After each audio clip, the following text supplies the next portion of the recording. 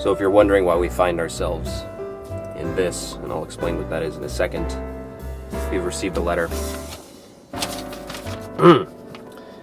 Dear so-called petrol so-called head, why do you only review cars that are good for doing skids and aren't practical at all and never cover any of the features of the car, such as trunk space, etc.? You call yourself a real journalist. No, I don't. I never said that. Signed, Mr. Needham. Needham? Needham. All right, Mr. Needham, you got it.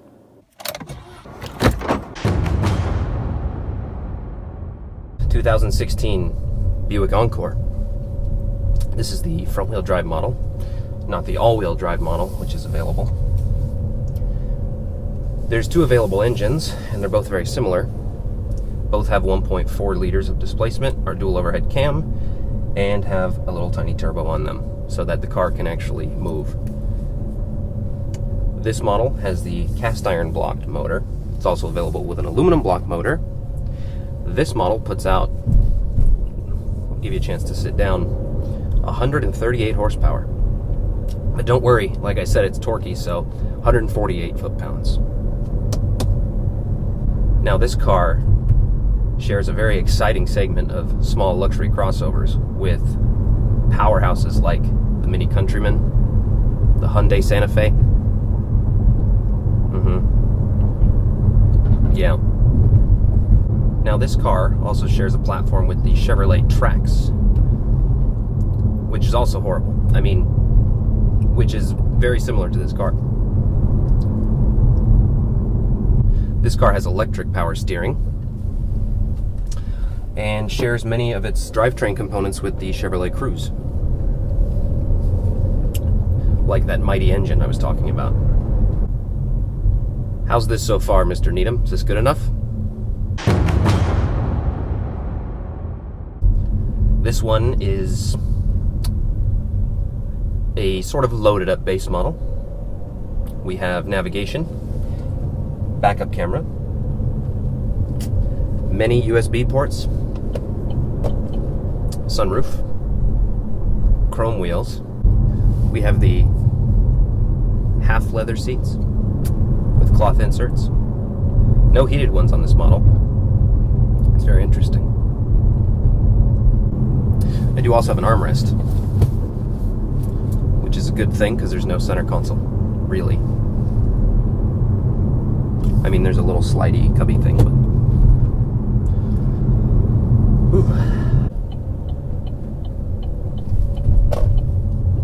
Turn signals make a nice noise.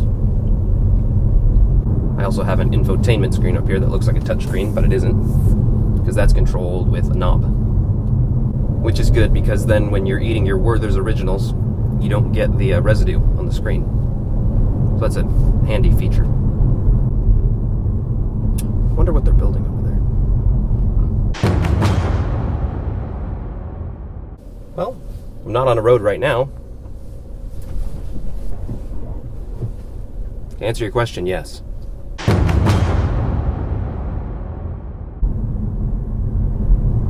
No. It's white.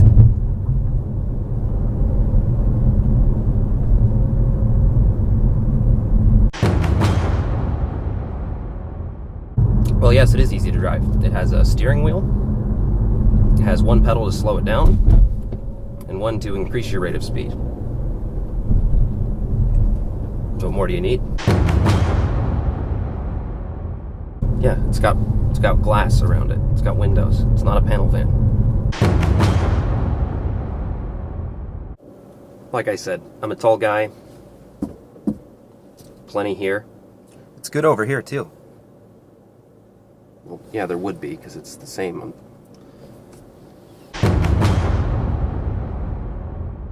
Well, I've seen as high as 38 miles to the gallon, and I've seen as low as 16. So I guess that just depends on how you drive, which can be said about many cars. I hope you guys like this. This is the future of this channel. It's time to get serious.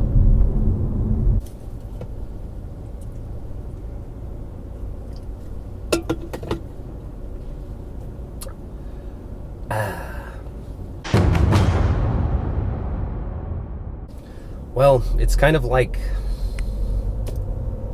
actually, kind of like that.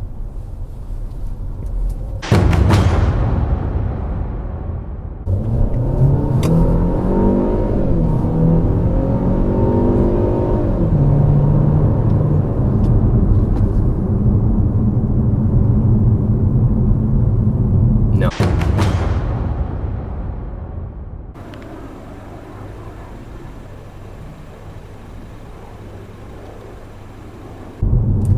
You know, actually, no.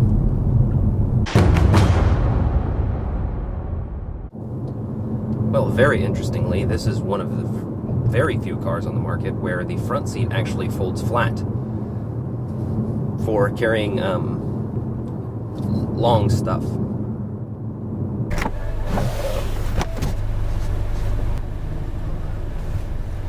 Wow! Which is only useful because the car is so short. So you could just get a wagon, and then you'd have that without losing the front seat. But hey, it's got it. Another interesting feature, these massive A-pillars make it really difficult to see anything on that side of the car or that side of the car, which is good because, again, it keeps you focused on what's in front of you. You don't want to be bothered with things over here like cyclists or people trying to cross the street, dogs, wildlife.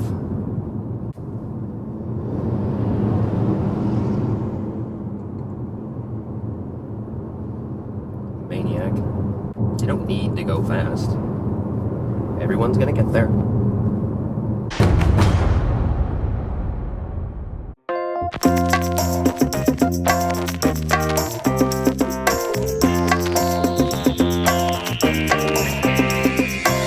Well, then you should probably move, because that sounds horrible. Believe it or not, for a front-wheel drive car thing, the inputs are pretty correct, I hate to say.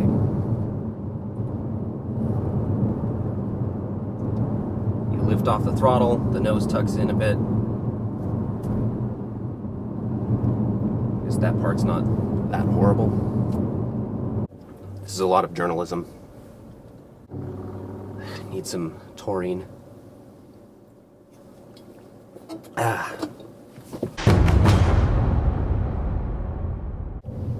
Well, you get a very large door pocket on the driver and passenger side, which is big enough for, you know,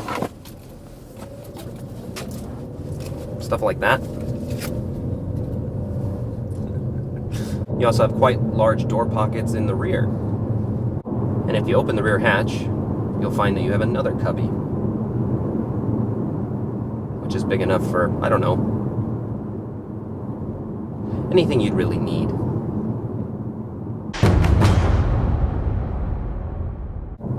If you're used to sitting at a sewing machine with the foot pedal, which, let's be honest, if you're looking to buy a Buick, you probably are, I think you'll find it quite familiar.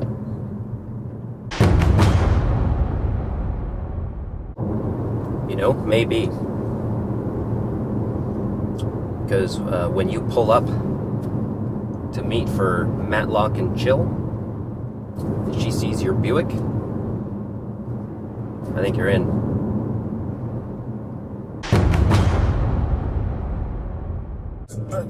Represent, gotta represent. Chase a chick, never chase a bitch. Chase no bitch, mask on. Kinda.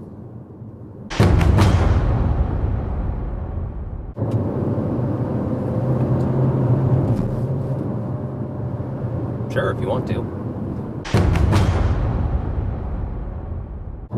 So if you want a car with the practicality and usability of a hatchback and the off-road capability of a hatchback that doesn't look like a hatchback, look no further.